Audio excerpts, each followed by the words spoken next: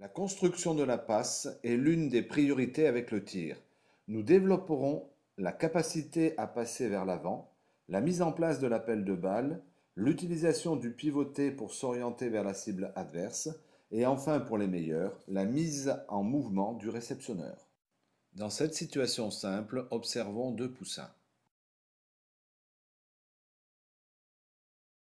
La fin du geste est différente. Le premier garde ses bras en direction du réceptionneur, le deuxième les croise. Comme pour le tir, c'est un indicateur d'un problème de coordination dans la poussée des deux bras. Dans ce cas, comme pour le tir, on demandera à l'enfant d'allonger les bras en direction de son partenaire et de tenir la posture. C'est ce que nous voyons chez le dernier passeur. Quelle conduite typique au niveau de la réception? L'attrapé s'effectue à deux mains à l'arrêt, avec un début d'anticipation pendant la course. Le regard est centré sur la trajectoire du ballon jusqu'au contact main-ballon et aucun appel de balle. L'entraîneur demandera de recevoir le ballon en mouvement et d'effectuer un appel de balle, ici main droite. Dans cet exemple, nous avons deux comportements du lanceur différents. Le premier passe sur son partenaire, il n'évalue pas sa vitesse. L'entraîneur lui demandera de lancer la balle devant le réceptionneur et dans l'espace clé. Dans le deuxième cas, nous observons une évolution significative du lancer.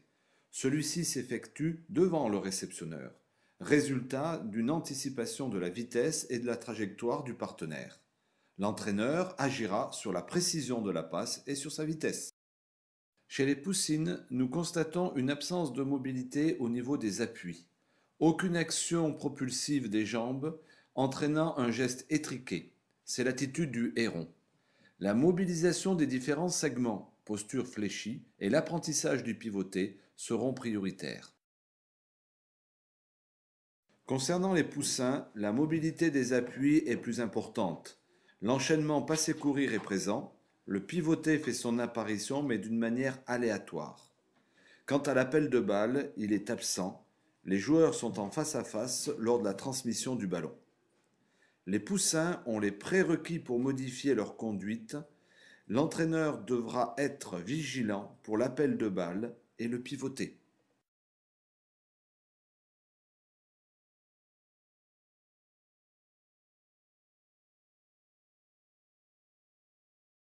Les poussines, la présence de l'adversaire fige le porteur de balle. Cette situation met en évidence la nécessité de construire le pivoté, un appui dans le cerceau, un appui mobile à l'extérieur, permettant de protéger le ballon, de le mobiliser et d'ouvrir le champ visuel pour augmenter le nombre de réceptionneurs. Chez les poussins, les fondamentaux de la passe ne sont pas encore acquis. La notion de pivoter, bien que connue, n'est pas assez employée. La centration sur le réceptionneur entraîne le manque de prise d'information sur le défenseur et ainsi des interceptions. Dans cet exercice, il faudra insister sur la notion systématique de pivoter, d'appel de balle et de prendre des informations sur les adversaires.